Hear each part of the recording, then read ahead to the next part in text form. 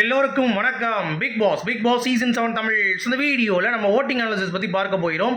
So ஓட்டிங்கில் வந்து பார்த்தீங்கன்னா யாரெல்லாம் முன்னாடி போயிருக்கா, யாரெல்லாம் பின்னடைவை சந்திச்சிருக்கா அப்படிங்கிறதை பற்றி தான் இந்த வீடியோவில் நம்ம வந்து பார்க்க போகிறோம். ஸோ வீடியோக்குள்ளே போகிறதுக்கு முன்னாடி சேனலை சப்ஸ்கிரைப் பண்ணிக்கோங்க, வீடியோ மறக்காமல் லைக் பண்ணிக்கோங்க. இந்த ரெண்டும் மிக முக்கிய அமைச்சர்களா. இப்போ நம்ம வீடியோக்குள்ளே போகலாம். ஸோ முதல் இடத்துல அர்ச்சனா வேறு லெவலில் ஸ்ட்ராங்காக வந்து பார்த்தீங்கன்னா ஒரு டைட்டில் கண்டென்டருக்கு நான் தாண்டா தனியாக ஓடுறேன் அப்படின்ற மாதிரி ஓடிட்டு இருக்காங்க. மிச்சம் எல்லாருமே வந்து பார்த்தீங்கன்னா பாய்ஸ் பொறுத்த வரைக்கும் டைட்டில் வின் பண்ணுறதுக்கு சான்ஸே இல்லை அப்படின்ற மாதிரி வந்து போயிடுச்சு. பிகாஸ் ஓட்டு வந்து பார்த்தீங்கன்னா எல்லாத்துக்குமே ஈவனாக தான் இருக்குது, யாருக்கும் அவ்வளோ ஸ்ட்ராங்காக இல்லை அப்படிங்கிறது பார்க்க முடியுது. அதுவும் இல்லாமல் பிரதீப் ஆண்டனி ஃபேன்ஸ் தான் வந்து வெளியே இருந்து இவங்க எல்லாத்துக்கும் ஓட்டு போடுறாங்க அப்படின்ற மாதிரி தெரியுது. அர்ச்சனா வந்து அவங்க யூனிக்கான அவங்க பிளேவை அவங்க வந்து மாற்றிக்கிட்டாங்க. ஸோ அச்சுவுக்கும் விச்சுவுக்கும் தான் ஓட்டு வந்து ஜாஸ்தியாக இருக்குது அப்படிங்கிறது பார்க்க முடியுது. அடுத்து எல்லாமே பாய்ஸுக்கு ஈக்குவலாக தான் இருக்குது அப்படிங்கிறது பார்க்க முடியுது. அதில் வந்து தினேஷ் வந்து கொஞ்சம் பெட்டரான பிளேயர் தான், ஆனால் அவருக்கு ஏன் ஓட்ஸ் வந்து இல்லை அப்படிங்கிறது நமக்கே தெரியல. இந்த வட்டம் அன்அஃபிஷியல் வந்து நம்புறதுக்கு என்ன அப்படிங்கிறது நம்ம வந்து பொறுத்திருந்து தான் பார்க்கணும். இந்த வாரம் சேவிங் ஆர்டரை வச்சு தான் வந்து டிசைட் பண்ண முடியும். சேவிங் ஆர்டரை பற்றி பார்த்தோம்னா அதுக்கு மேலே இருக்குது. ஓட்டிங் டைமென்ஷன் படி காப்பாற்றப்பட்ட முதல் நம்பர் வந்து பார்த்தீங்கன்னா தினேஷ், அடுத்து கூல் சுரேஷ், அடுத்து நிக்சனு, அடுத்து வந்து பார்த்தீங்கன்னா நம்ம விஷ்ணு, அடுத்து நம்ம அர்ச்சனா, கடைசி தான் வந்து பார்த்தீங்கன்னா நம்ம யாராவது தூக்குனாங்க. நான் இதை ரிவர்ஸ் ஆர்டராக பார்க்குறேன். வந்து அர்ச்சனா, அடுத்து வந்து ஓட்டிங்கில் வந்து பார்த்தீங்கன்னா நம்ம விஷ்ணு, நான் அப்படி நினைக்கிறேன். ஓகேவா, விஷ்ணு, அடுத்து முன்னாடி நிக்சன், அடுத்து கூல் சுரேஷ், தினேஷ், இப்படி தான் வந்து ஆர்டர் இருக்குன்னு நினைக்கிறேன். பட் இங்கேயும் பார்க்கும்போது நமக்கு வந்து அன்அஃபிஷியலில் பார்த்தாலும் அந்தளவுக்கு வந்து நமக்கு ரொம்ப டைட்டாக தான் போகுது. கிட்டத்தட்ட நிக்சனுக்கும் விஷ்ணுவுக்குமே 2000 ஓட்டு தான் டிஃப்ரென்ஸ் இருக்குது. அடுத்த 2வது இடத்துக்கு விஷ்ணு வந்து உள்ளே இறங்கிட்டார், முன்னேற்றம் அடைஞ்சிட்டார். தினேஷ் வந்து 3வது இடத்துக்கு இப்போ வந்து வந்திருக்காரு.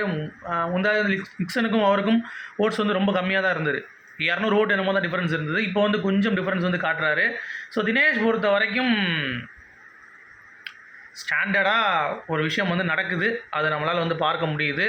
கொஞ்சம் ஓட்ஸ் வந்து இப்போ வந்து நல்லா தான் விழுது அப்படிங்கிறது தான். இன்றைக்கி நைட்டோட க்ளோஸ் ஆகிரும் ஓட்டிங். உங்களுக்கு எல்லாத்துக்கும் தெரியுமா, ஓட் பண்ணாதவங்க ஓட் பண்ணிடுங்க போய். ஓகேங்களா, யாருக்கு உங்களுக்கு ஃபேவரட்டோ அவங்களுக்கு வந்து ஓட் பண்ணிடுங்க. எனக்கு தெரிஞ்சு Nixon and cool Suresh 2 eviction இருக்கும்ன்ற மாதிரி தான் பேசுகிறாங்க, டபுள் எவிக்ஷன் இருக்கும் அப்படின்னு சொல்லிட்டு. ஸோ நிக்சன் அண்ட் கூல் சுரேஷாக தான் இருக்கும்ன்ற மாதிரி எனக்கு ஒரு ஃபீல் ஆகுது. ஸோ அது விஷ்ணு இருக்கிறதுக்கு வாய்ப்பு இல்லை. இப்போ தினேஷ் டவுட்டாக தான் இருக்குது, ரொம்ப டஃப் தாங்க இந்த வட்டம். ஆனால் ஒன்று நிக்சனுங்கிறது உறுதியாகிடுச்சு. ஓகேங்களா, இன்னொன்று தான் யார் அப்படிங்கிறது தெரியலை. ஸோ யார் அப்படிங்கிறத பார்ப்போம். ஸோ யாரை ஃபஸ்ட் சேவ் பண்ண போகிறாங்க, யாரை வந்து பார்த்தீங்கன்னா கேமோட டைமென்ஷனை மாற்றுறதுக்கு வேறு ஏதாவது கமல் சார் வந்து பண்ணுறாரா, விஷ்ணுவை ஃபஸ்ட் சேவ் பண்ணுறாரா அப்படிங்கிறதையும் நம்ம பொறுத்து இருந்தால் பார்க்கணும். இல்லை தினேஷை பண்ணுறாரா அப்படிங்கிறது பொறுத்து இருந்தால் பார்க்கணும். வெளியேற்றம் கொஞ்சம் திலாலங்கடி தான். அடுத்து லைவில் எதுவுமே இல்லைங்க, ஒரு டாமெக்ஸ் ஒரு டாஸ்க் வந்து போயிட்டுருக்கு.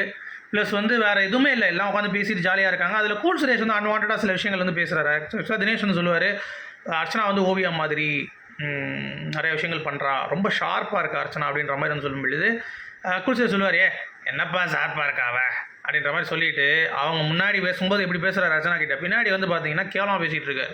அவள் என்ன பண்ணுறா, நல்லா சாப்பிட்றா, நல்லா தூங்குறா, விதவிதமாக ட்ரெஸ்ஸு கொடுத்துறா, அப்புறம் வந்து நல்லா மேக்கப் போட்டு டான்ஸ் ஆடுறா, அதை தவிர வேறு என்ன பண்ணிட்டா அப்படின்ற மாதிரி கேட்குறீங்க. ஏங்க சிம்பு கேரக்டராக நீ என்ன பண்ண சும்மா உட்காந்து வயிற்று தள்ளிட்டு தானே கிடந்த. அவள் அர்ச்சனா வந்து பார்த்தீங்கன்னா நல்லா கேரக்டர் பண்ணி கிட்டத்தட்ட நல்ல அப்ளாஸ் வந்து வாங்கியிருந்தாங்க. ப்ளஸ் ஏதோ ஒன்று டிஃப்ரெண்ட்டாக ட்ரை பண்ணுறாங்கல்ல, ஏதோ கண்டென்ட் கொடுக்குறேன் அப்படின்ற பேரில் என்னத்தையாவது ஒன்று பேசிக்கிட்டு பாடிக்கிட்டு கிடக்காங்க. நீங்கள் என்ன பண்ணிகிட்டு இருக்கீங்க, சாஞ்சி ஓரத்தில் வந்து பார்த்தீங்கன்னா சாஞ்சி படுத்துக்கிட்டு பேசிகிட்டு இருக்கீங்க. தினேஷாச்சு வேலை பார்க்குறாரு, நீங்கள் அதை கூட பார்க்குறது கிடையாது. ஒன்றுமே பண்ணாமல் சும்மா வாய் இருக்குன்றதுக்காக வாயிலேருந்து உளுந்தவடலாம் சொல்லிட்டு இருக்கிறது அப்படிங்கிறதெல்லாம் வந்து பார்த்திங்கன்னா கேவலமாக இருக்குது அப்படிங்கிறது தான் பாயிண்ட்டு. ஸோ இதுதான் இப்போதைக்கு ஸ்டேட்டஸுங்க, வேறு எதுவுமே இல்லை. இப்போ டாமெக்ஸ் டாஸ்க் தான் வந்து போயிட்டுருக்கு அப்படிங்கிறது பார்க்க முடியுது. ஸோ நீங்கள் சொல்லுங்கள், அர்ச்சனா அடுத்த ஓவியாவா, இல்லை அர்ச்சனா ஓவியா தானா, யார் டைட்டில் வின் பண்ணுறதுக்கு வாய்ப்பு இருக்குது, யார் இந்த வாரம் எவிக்ஷன் ஆவா அப்படிங்கிறதையும் சொல்லுங்கள். சரியா, குட் பை.